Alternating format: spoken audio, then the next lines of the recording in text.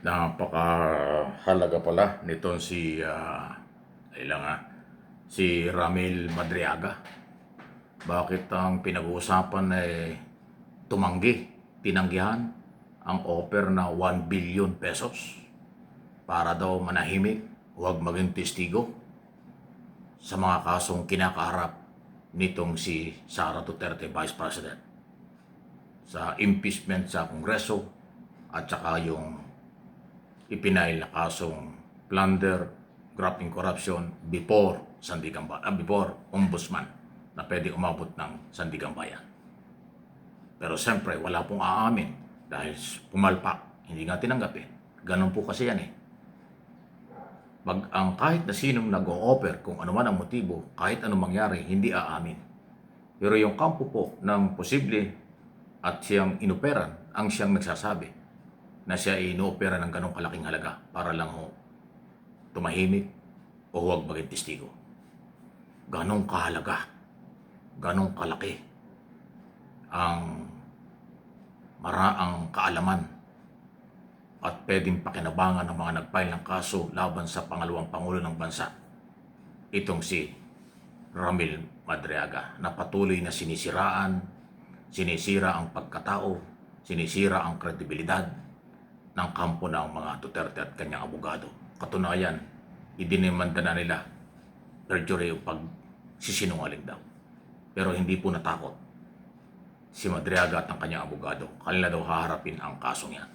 At kanilang paninindigan ang sinumpaang salaysay na marami siyang alam tungkol sa volume ng pera, pinanggalingan ng pera at kung saan dinala ang pera noong mga panahong yun. Dahil siya nga po ay isa sa malapit kay Sara Duterte kahit mahigpit na idinidinay. Kasi ganyan po yan ang sitwasyon eh.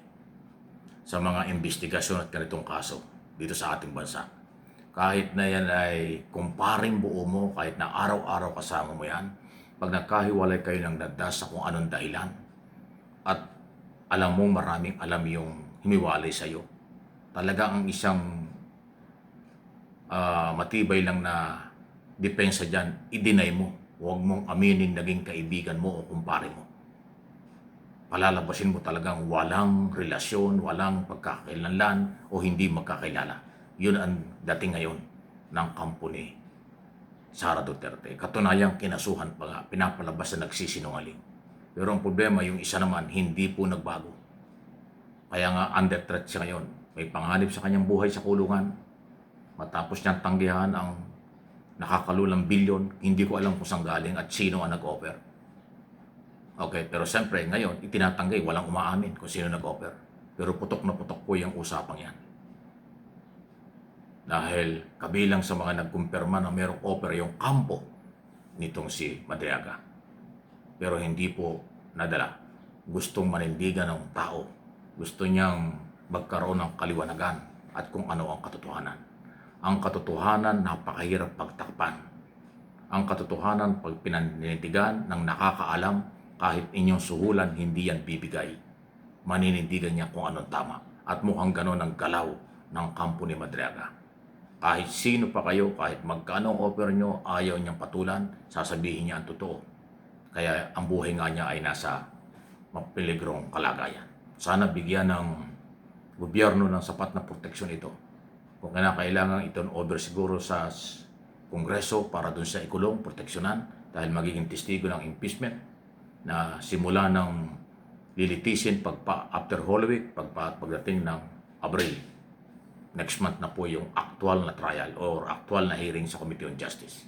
Kailangan ang kanyang personal appearance dahil siya ho yung pangunahing testigo ng impeachment 3 at impeachment 4 doon sa sinasabing mga kayamanang hindi na ideklara at posibleng mga nakatagong pera.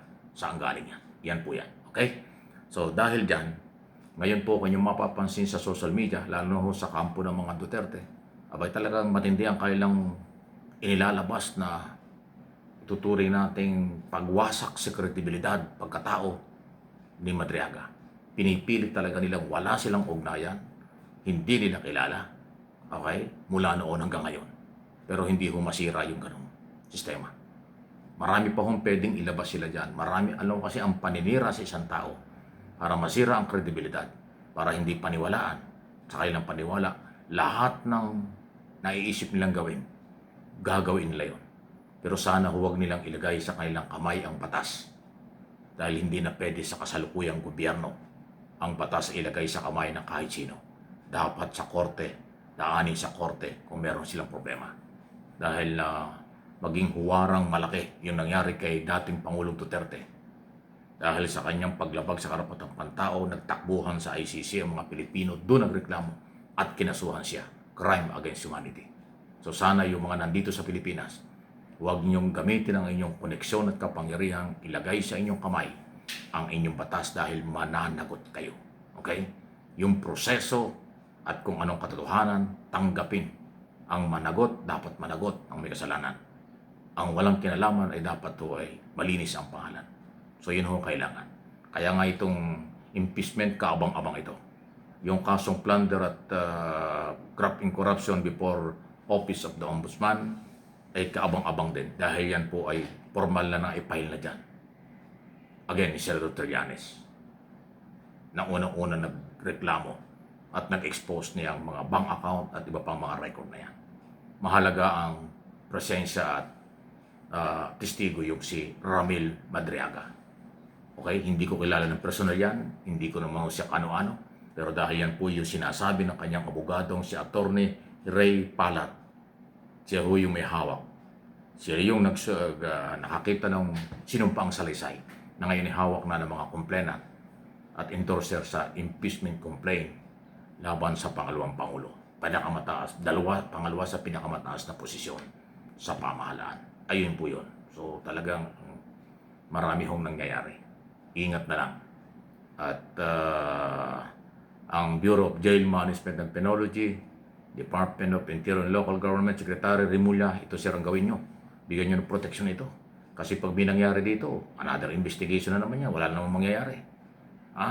Dapat pag nasa kulungan na ng isang tao, sa kung anumang kaso, under trial o hindi man, dapat safe yan.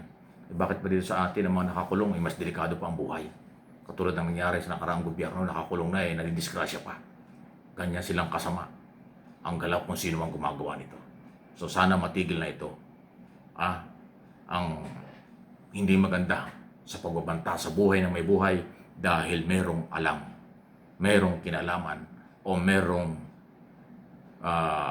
pag-asang sa kanya manggagaling malaman ng taong bayan kung ano ang tunay na katotohanan. Hindi ko sinabing ang sasabihin ni Madriaga ay inyong paniwalaan. Ang sinasabi ko lang karapatan niyang magsalita kung anong kanyang alam. Pero bakit pinipigilan? So, kayo nang bahalang mag-isip ng bakit pinipigilan yung kanyang karapatang sabihin kung ano kanyang alam. At sa halip, ay kinasuhan at pinapalabas pang nagsisinungaling. So, common sense lang. Alam na natin kung bakit sila ganyan eh.